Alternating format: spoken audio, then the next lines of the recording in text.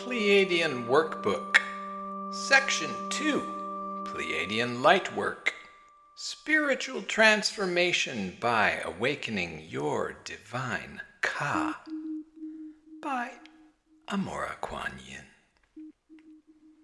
Introduction to Section 2. I am extremely grateful for the opportunity to introduce the Pleiadian emissaries of light as healers and spiritual guides for individuals as well as for the planet. The purpose of this section of the book is to teach you how to invoke the Pleiadian emissaries of light to do energy work on you personally, along with the Christ and other ascended masters, guides, and angels.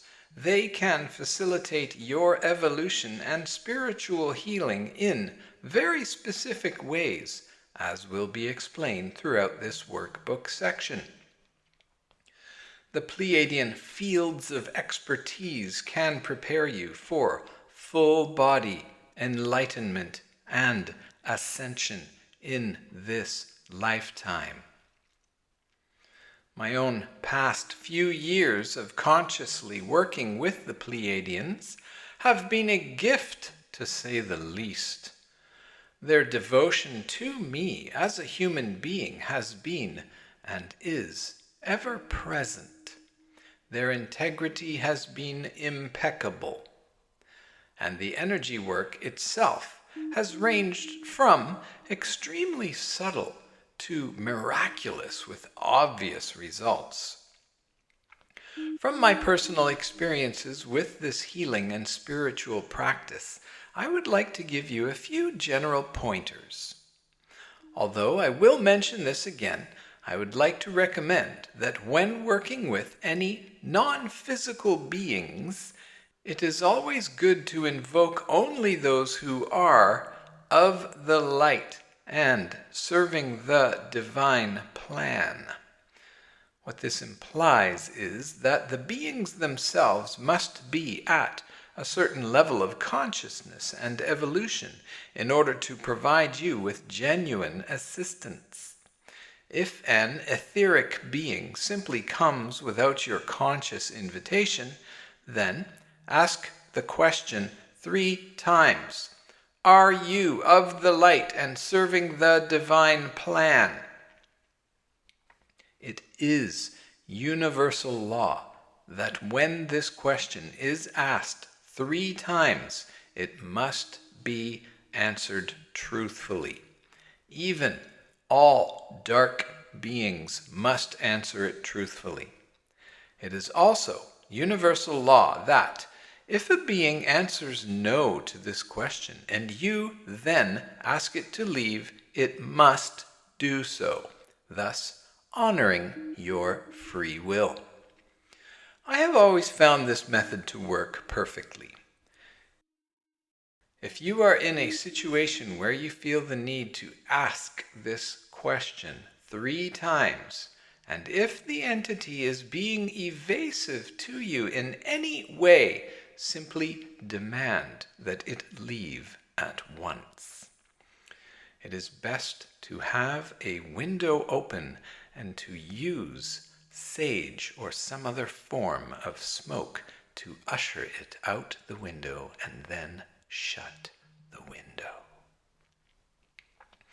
Many authors and channels pull in disincarnate human beings, lower astral entities, power-hungry extraterrestrial, and even dark beings in the name of spiritual pursuit. Some people believe that any disincarnate human or any other entity is automatically superior to those of us who live in bodies. These people give an enormous amount of undeserved seniority and trust to the entities they channel. The other thing that must be recalled is that dark entities are expert liars. Just because a being is not in a body does not mean that it is at a level of evolution whereby it can assist you, or is even harmless for that matter.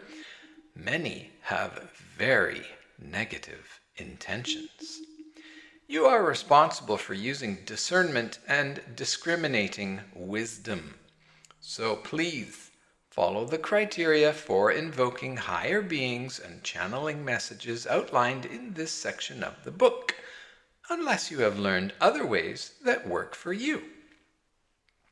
Chapters 5 and 6, Preparing for Pleiadian Lightwork 1 and 2, are especially given for those of you who are novices at healing and spiritual work, or who have problems with boundaries and grounding.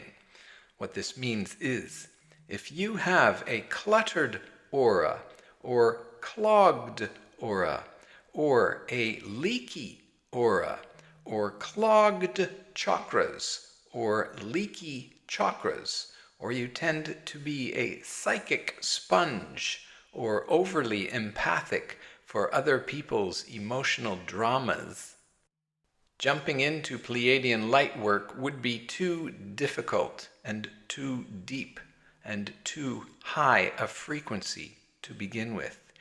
You need to heal all of your traumas before you can do this work effectively, or at least be in the process of healing them and very aware of them all.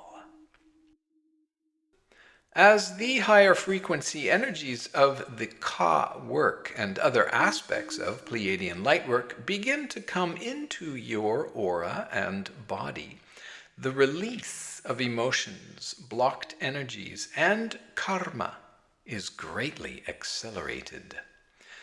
I feel a certain responsibility to tell you that if you have not done much meditation, or if you have not worked with the light for self-healing, or if you have not cleared etherically, mentally, and emotionally, you definitely need to work with these two chapters, 5 and 6, Preparing for Pleiadian Lightwork 1 and 2, for at least 1 month before you proceed with the rest of the book after that. If the techniques given in these chapters are still vague or erratic in their effectiveness on yourself, after 1 month, continue working daily with them until they start to become second nature. This will assist you in doing some initial clearing to prepare you for the deeper, higher frequency work you are meant to do. These guidelines may even apply to some of you who have been into spirituality and light work for many years. I meet many New Agers, healers, Reiki masters, and even workshop facilitators who still take on other people's emotions and pain, or dump theirs indiscriminately into other people's energy fields. Some of these people may have had spiritual awakenings, fleetingly, but then skipped learning the basics of grounding, aura clearing, boundary setting, and so on. Others have jokingly called these underground spiritual types airy fairies, or woo-woo, or space cadets. However, the truth is that most of those who have been so labeled are simply uninformed about the need or methods for grounding and setting boundaries, as well as setting intentions. Therefore, the information and processes in the 2 chapters on Preparing for Pleiadian Lightwork are essential. You will most likely need to utilize these self-healing and clearing techniques during the Pleiadian Lightwork sessions you do for others anyway. So, even if you have been around the spiritual and metaphysical block, At least scan the techniques in the first 2 chapters of this section to be sure you are ready for the Pleiadian Lightwork sessions in the rest of the book. If you know, for example, you get mentally scatterbrained easily, or if you still take on other people's energy and problems and feel stress and concern and worry and doubt about other people's energy and problems, or if you are ever aware of feeling dark presences in your field, please do these 2 chapters impeccably before proceeding. Much of the information and many of the techniques in this workbook section may seem to stray from the subject of awakening your divine Ka. Although only 2 chapters deal specifically with the Ka, this entire section on Pleiadian Lightwork is designed to augment, expand, and facilitate the deepening of the Ka work. When the Ka is awakened and activated, deep clearing is directly proportional to the influx of the rarefied, high-frequency Ka energy. Unless a person is living in spiritual truth and alignment with higher vibration, consciousness, and integrity, your Ka will never open fully. Instead, it will resist and gradually shut down due to the activities in this book. As Ra said, you are encouraged to do the workbook impeccably, since even the processes that are not directly related to the Ka will assist you in integrating the Ka work emotionally, mentally, physically, and spiritually. The healing processes, boundary information, and meditations throughout the workbook section are presented for the purpose of assisting your own healing and spiritual growth, as well as that of beloved planet Earth. They create the best possible inner atmosphere in which the Ka can be fully awakened and continue to expand. Goddess Gaia, Mother Nature, planet Earth cannot be healed unless we as a species evolve spiritually. Evolution must include everything from basic ethics to higher morality and Ka awakening, from not polluting physically to clearing our negative thoughts and feelings which pollute psychically, emotionally, and spiritually. Earth cannot afford for us to continue as a race that is spiritually irresponsible.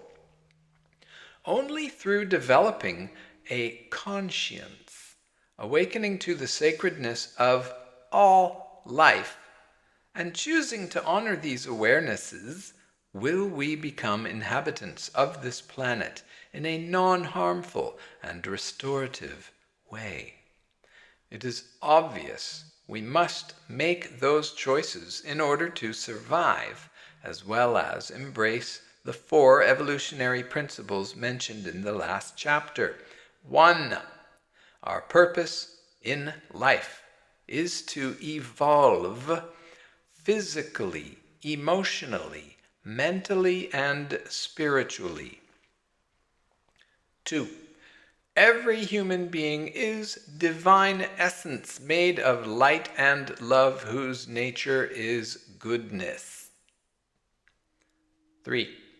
Free will is an absolute universal right. Impeccability calls upon the self to surrender its free will to divine will in faith and trust. 4. All of natural existence is sacred, holy, and divine, beyond how it serves or meets the needs of the individual self. There is enough knowledge of the threats to our planet's future that we must choose to evolve now. Any one of the following, only to mention a few, could bring about the end of life on Earth very soon if we do not change. The ozone layer holes, the greenhouse effect from planetary global warming, the destruction of the rainforests and old-growth forests, the death of our oceans, underground nuclear waste, nuclear explosions. The list could go on and on and on. It is no longer a safe option to remain ignorant, uncaring, unconscious, and irresponsible. We must examine our own psyches, beliefs, and feelings and start cleaning them up. They are the real cause of all of the planetary harm that has been done. Our thoughts, beliefs, feelings, and attitudes toward ourselves and others are behind every destructive and unconscious act, or behind the circumstances through which our planet and we ourselves can heal. Everything is choice, free will. These energies are constantly contributing to the co-creation of our world on every level. Thoughts are things. We create our reality with our thoughts. Thoughts are measurable energy, and the movement of energy impacts everything around it. All of this physical universe began with a thought, and our thoughts are constantly recreating and or destroying everything. The phrase "think globally, act locally" really means that we must start by examining and changing ourselves right here, right now, in front of your own eyes. Then our attitudes and actions will naturally spread out to the people around us, our loved ones and our communities, and the whole world eventually. Once we are clear on the basics of being so-called good people, higher evolution will continue. There is always a next step towards being truly the best we can be. It is this for which we are all ultimately responsible, and the reason why we chose to be reborn now. Hopefully, the longing for and anticipation of becoming the best we are capable of being fills our every day of our lives. This longing can motivate us to keep going and never become so satisfied that we become stagnant. Of course, acceptance of ourselves wherever we are, each moment of each day, is also vital to our growth. Without it, or with resistance, we languish in low self-esteem and self-punishment. Still, our spiritual longing for connection with the prime creator, mother, father, God-sciousness, source, enlightenment, divine love, and an end to separation is the source of our achievements. It is actually our soul's only inspiration.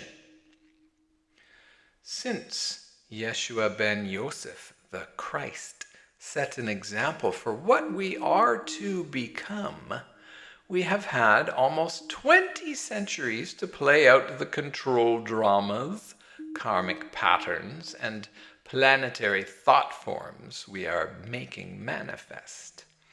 We have seen and experienced all of the addictions and obsessions that have kept us disempowered and in very low self-esteem. They are the 7 solar ring karmic patterns listed in Chapter 4 that have kept us hooked since the colonization of this solar system began. Here are the 7: arrogance, addiction, prejudice, hatred, violence, victimhood, and shame. The only thing left to us now is to seek the higher truth and power that will put an end to this madness and help us become a world of sovereign, self-respecting, Christed beings. Pleiadian Lightwork is certainly not the only way this can happen. Any spiritual group or healing practice that makes such claims and believes itself to be the only way filled with the only chosen ones is a spiritual group or healing practice to be avoided. However, those who are attracted to Pleiadian Lightwork are the ones for whom this is an intended path to ascension. I once asked the Pleiadians, why, if this work is key to anchoring the Christed presence into humanity, is it necessary for it to be done hands-on to achieve maximum results? Doesn't that create a very small field of exclusiveness? The Christ didn't need hands-on healing sessions to anchor into the body. Why do we? Ra replied to me, Yeshua ben Yosef, the Christ, was born to awakened parents and grandparents. He was never traumatized or damaged and mutated the way that almost all people today are. If you were born to awakened parents and were never abused and damaged, and if you went through all of the secret mystery school trainings, and if your DNA with its genetic coding was clear the way his was, nobody would need this work. You would be born with the Ka channels and your chakras and your Merkaba wide open and spinning, your axis alignment to the multidimensional of your higher self would be fully intact. What's more, your DNA and Ka channels would not ever become damaged through any life experience. Spiritual growth and attainment would be accelerated and much more directly accessible. However, Earth has been spiritually in the very dark ages for so long that all of its major civilizations have spent centuries focused on the lower 3 chakra vibrations of greed, guilt, control for power, and destruction of the indigenous peoples of the planet. Due to these and other karmic patterns, as well as your modern chemical additives, pesticides, noise pollution, radar, electricity, microwaves, television, computers, nuclear waste, you have become a mutant race. Besides that, your generation chose to come in with genetic additions and mutations, as well as societal and parental programming, for the purpose of transforming them. You are the bridge generation, the rainbow bridge between the old world and the new 5D Earth being birthed in the 21st century. Not everyone will need the Pleiadian Lightwork in person. It will be made available online to as many people as request it and are ready for this work, both during sleep and waking states. This is why you wrote this book, Amorah. This workbook will help bring Pleiadian Lightwork to the awareness of people all around the world who never would have heard of it otherwise. Just as we have been working with you, dearest Amorah, we will work with others too, in their sleep and while they are awake. Until you had students trained who could finish the Pleiadian Lightwork through hands-on healing to yourself, you only benefited from the etheric work we provided. Once your students were trained and activated your own Ka channels with hands-on healing, the work then deepened in your body, mind, spirit very quickly. In general, the results usually range from a 40 to 80% effectiveness when done etherically only by the Pleiadians and or the Christ. Those who have been less damaged in this lifetime or have done the appropriate amount of healing will have greater percentages of effectiveness of Pleiadian Lightwork. For them, etheric work could be enough. Those who are to receive Pleiadian Lightwork hands-on will recognize the need for it, as will those who are to be the practitioners, and the results will be increased to 100% as yours have been. At least 50% of the practitioners will have done this type of healing and spiritual work in other lifetimes. They will have also been enlightened at other times on Earth and in other planetary lifetimes.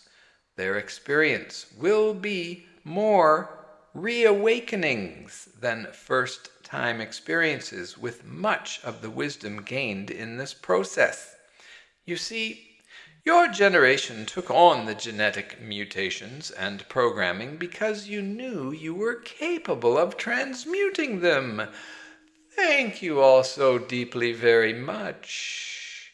Many of you are very old souls and have been serving Earth and learning about humanity for a very long time. Most of you will not be returning here after this lifetime. There is a new group of Master Souls being born in the planet now. They began to arrive in the third wave of volunteers in the mid-1970s and will continue to arrive in ever-increasing numbers for the next 50 years. These new ones will take up where you left off, so to speak.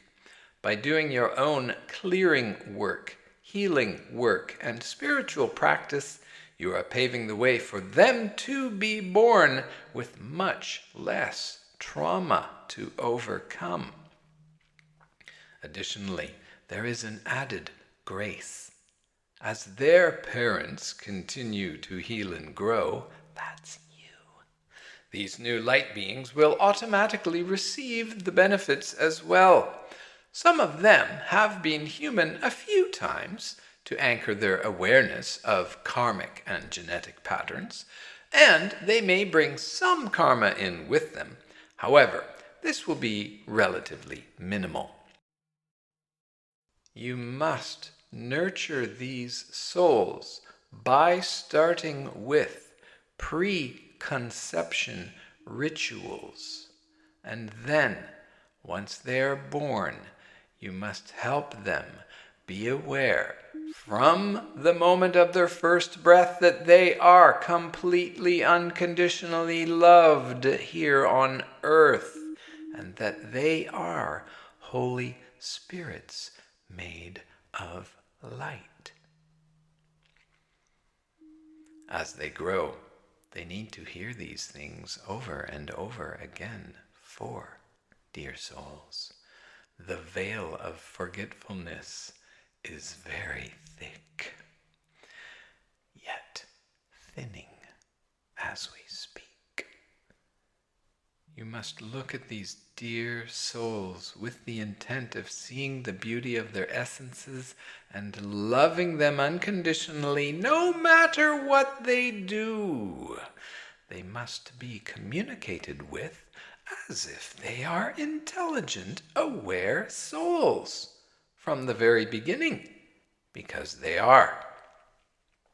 It is a rare gift to have the opportunity to birth these wise light beings and include them in your lives. Always honor that gift. Many couples who wish to have children will want to receive Pleiadian Lightwork and genetic clearing before conceiving.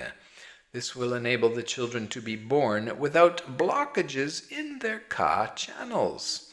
Even if they only receive etheric work from the Pleiadians, this will help tremendously, but hands-on is even better. So you see, dear one, you are being reminded of this work again because it's time now. As there is need for more, you will be contacted. Has it not always been so? Trust us to keep our promise to you before you incarnated. We will be with you all the way to the end. You will never be lost or forgotten. And when the time is right, you will be reunited with us Pleiadians once again. This is our promise to you all. We love you, for you are part of us. We are so grateful to you for the courage and the loving dedication it has taken to be reborn into this body. And remember, your work is almost done now, but do not let up. You will be home again soon.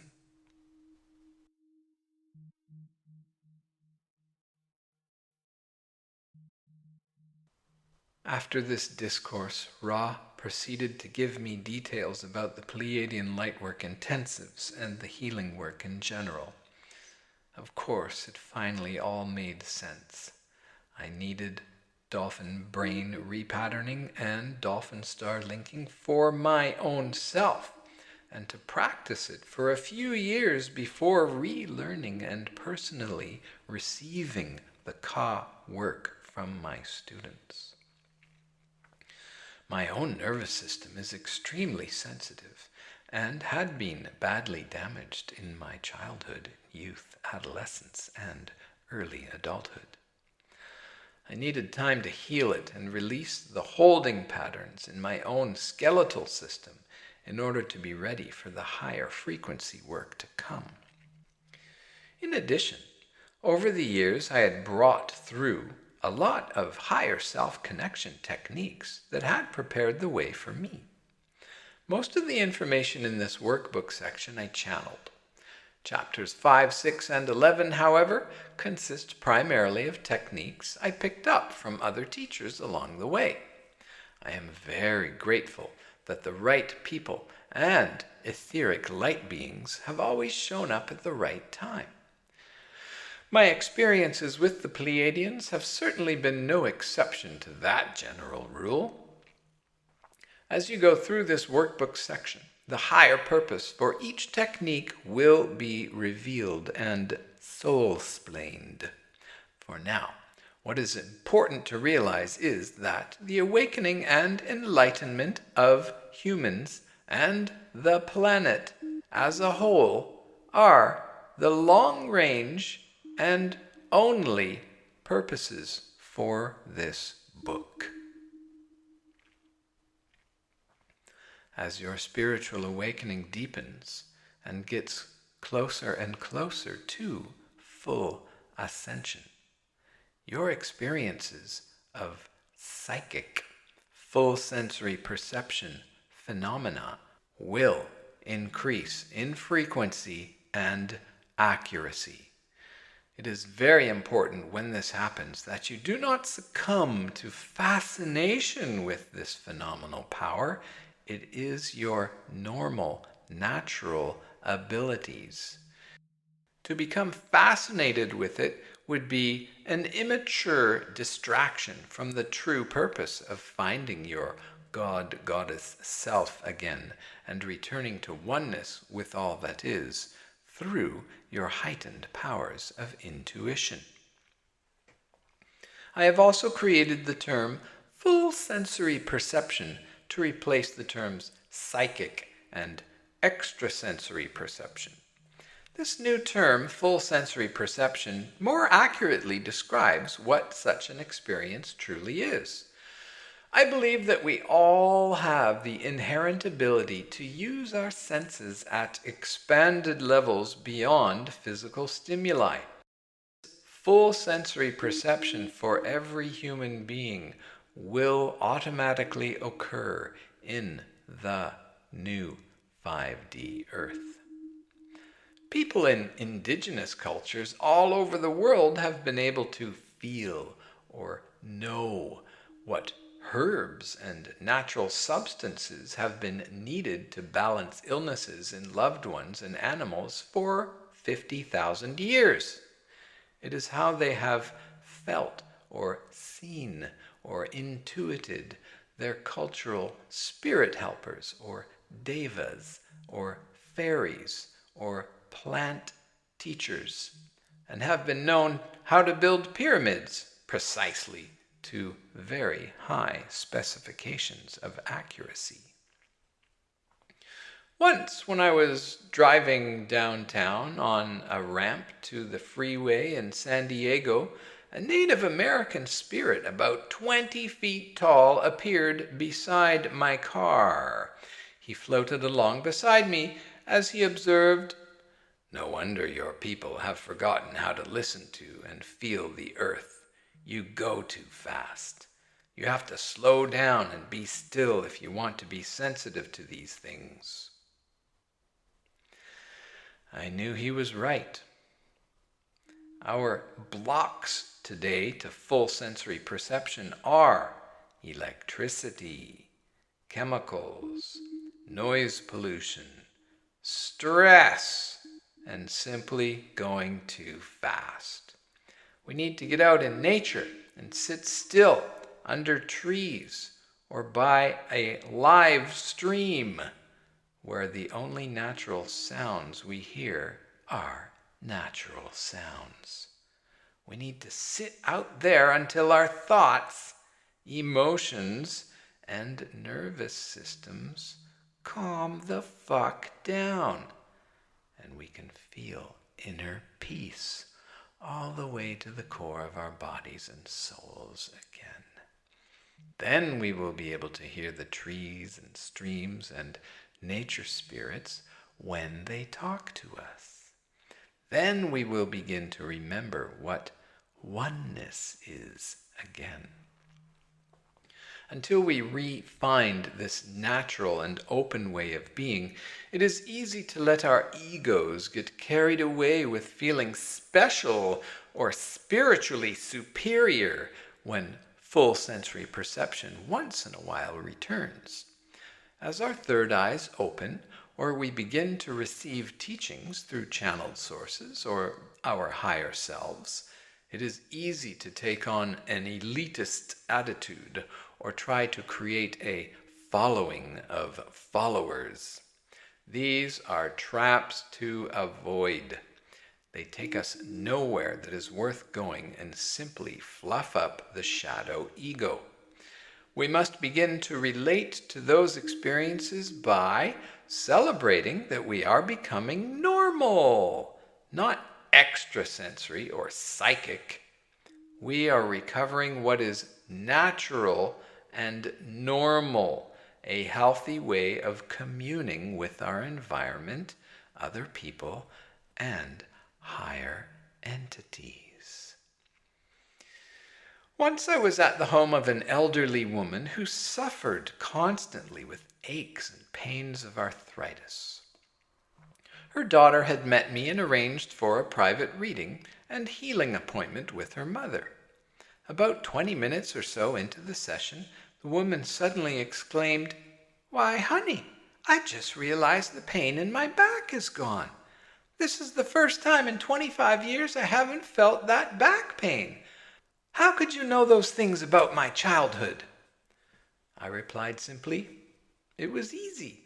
It was right here in your aura. How could I miss it?" My attitude was that it was more natural to see what was there than to not see it. My reply to her was followed by a very soft voice inside my chest saying, "Now you are ready to prepare for doing healing work full time.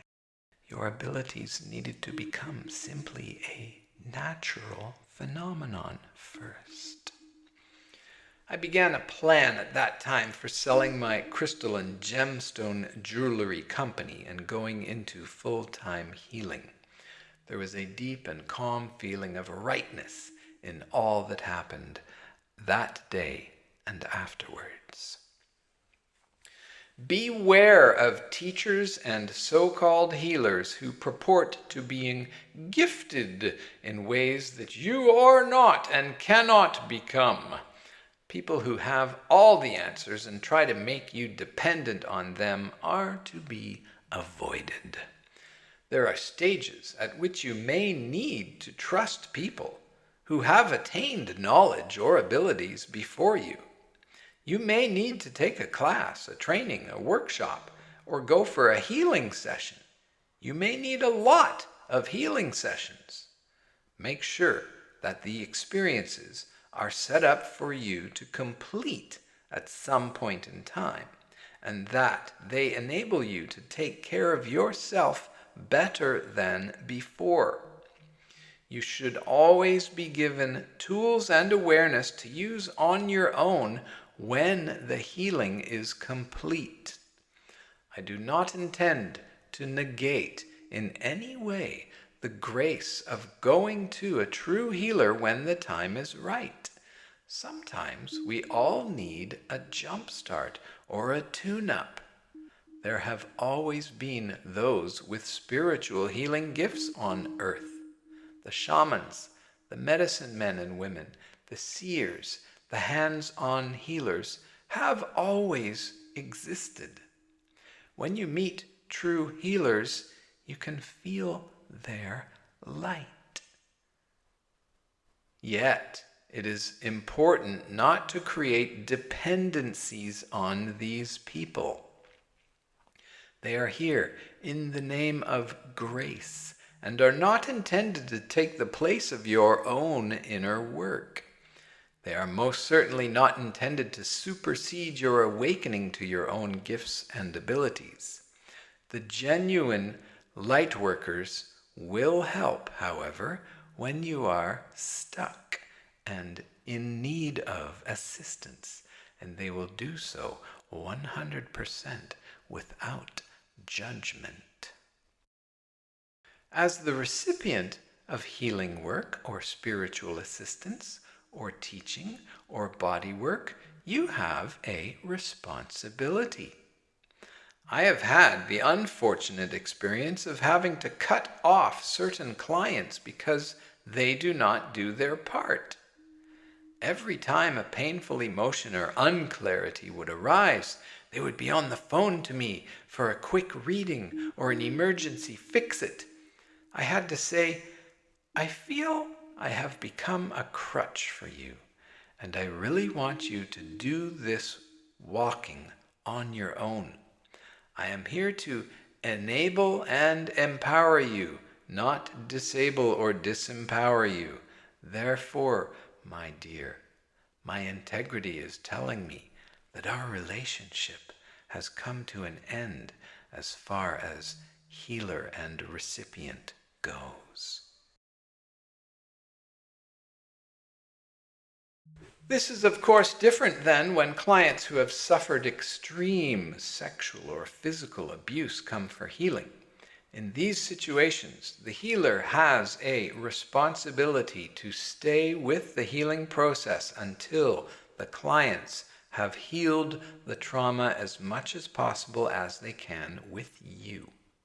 These clients must be able to trust that once the doors to these old traumas are opened, They will not be abandoned by their practitioner until a natural completion is reached.